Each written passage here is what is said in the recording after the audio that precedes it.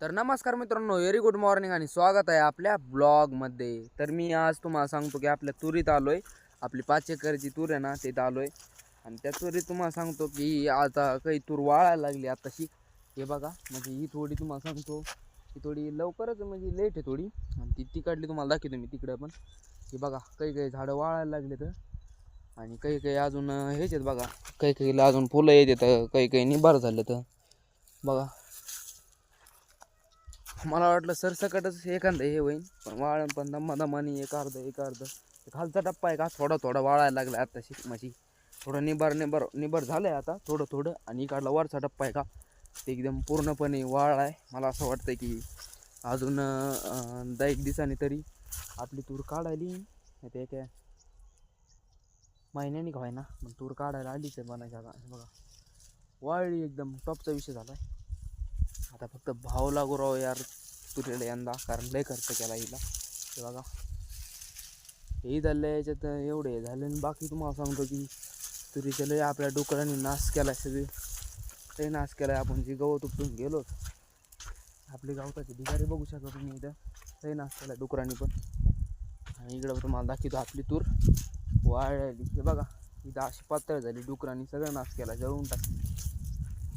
डुकरं मेरले ते बघा तुम्ही, डुकराची पावलं बघू शकता. ही मला दिसतं असं हे इकडं डुकराची. तुम्हाला आता दाखवतो मी काढली अर्धी तूर वाळली. पूर्ण एवढे पट्टा आहे तुम्हाला सांगतो, अख्खा वाळ आहे. आणि तेवढा खालचा पट्टा आहे का तो राहिला आहे. का वाळते काय नाही, लवकरच वाळा, कारण तूर काढली का पैसा ही पैसा हो का. पण काही नाही होत पैसा, खर्च केला का वसूल येतो नाही काय माहिती.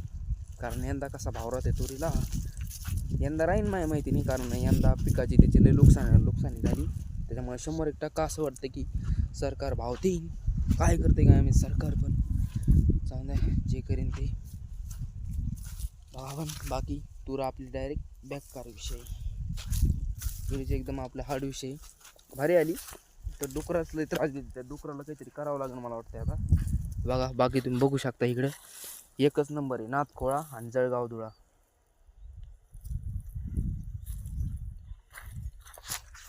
बाकी टॉपचा विषय. तर सरकारने तुरला भाव द्यावा रे, हीच आपली इच्छा. आणि मित्रांनो बरं का, या तुरीत तुम्हाला सांगतो की थोडा थोडा मावा पडलाय. ते माव्यासाठी कोणचं औषध आहे चांगलं ते सांगा कमेंटमध्ये मला नक्की. कारण थोडा लई नाही, एक्झॅक्ट थोडा लई नाही, थोडा थोडा मावा पाहायला पडलाय. ते माव्यासाठी काय औषध ते कमेंटमध्ये मला नक्की सांगा. कारण आपण फवारून टाकल्याशिवाय पर्याय नाही. फवारून जर नाही टाकलं तर शेंगा नाही येणार, लई मग बेकार विषय होईल.